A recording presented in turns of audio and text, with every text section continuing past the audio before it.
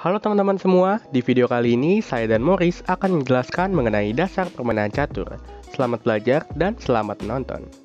Pertama, mengatur papan catur. Langkah pertama, menggelar papan dengan petak putih di pojok kanan bawah. Langkah kedua, menyusun seluruh pion di baris atau deret kedua. Langkah ketiga, meletakkan benteng di bagian pojok-pojok pada baris pertama. Langkah keempat, meletakkan kuda di samping kedua benteng. Langkah kelima, meletakkan gajah atau peluncur di samping kuda. Langkah keenam, meletakkan menteri di warnanya sendiri. Semisal menteri putih di kotak putih dan menteri hitam di kotak hitam pada baris pertama. Langkah ketujuh, meletakkan raja pada petak yang tersisa. Dan langkah kedelapan, putih selalu jalan pertama. Kedua, tiap buah catur pasti mempunyai pergerakan masing-masingnya. Yang pertama, pion.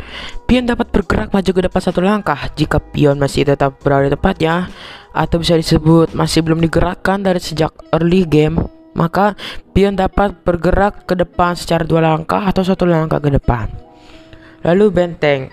Benteng dapat bergerak secara vertikal atau horizontal secara bebas, tetapi tidak dapat bergerak secara diagonal. Lalu kuda. Kuda dapat bergerak secara bentuk L dimanapun. Lalu gajah. Gajah dapat bergerak secara diagonal dan juga secara bebas. Maksud saya dengan bergerak dengan secara diagonal. Lalu menteri. Menteri dapat bergerak secara horizontal, vertikal, diagonal secara bebas. Lalu raja. Raja dapat bergerak satu petak di segala arah, termasuk vertikal, horizontal, dan diagonal, tetapi cuma satu petak saja. yang ketiga, Enpasan adalah penangkapan bidak khusus yang hanya dapat terjadi segera setelah bidak bergerak dua kotak dari kotak awalnya, dan bidak tersebut dapat ditangkap oleh bidak musuh jika seandainya bidak tersebut hanya maju satu kotak. Yang keempat, Skakmat dapat terjadi jika raja tidak dapat bergerak kemana-mana lagi. Yang kelima, remis dalam permainan catur. Remis merupakan keadaan yang seimbang atau seri.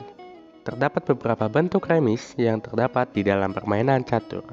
Namun di sini saya akan menampilkan 8 remis dalam permainan catur. Pertama, ketika hanya menyisakan raja dengan raja. Kedua, ketika satu raja melawan satu raja dan satu kuda. Ketiga, ketika raja melawan satu raja dan satu gajah. Keempat, ketika satu raja melawan satu raja dan dua kuda. Kelima, merupakan 50 move rule, di mana musuh tidak dapat melakukan skakmat dalam 50 gerakan.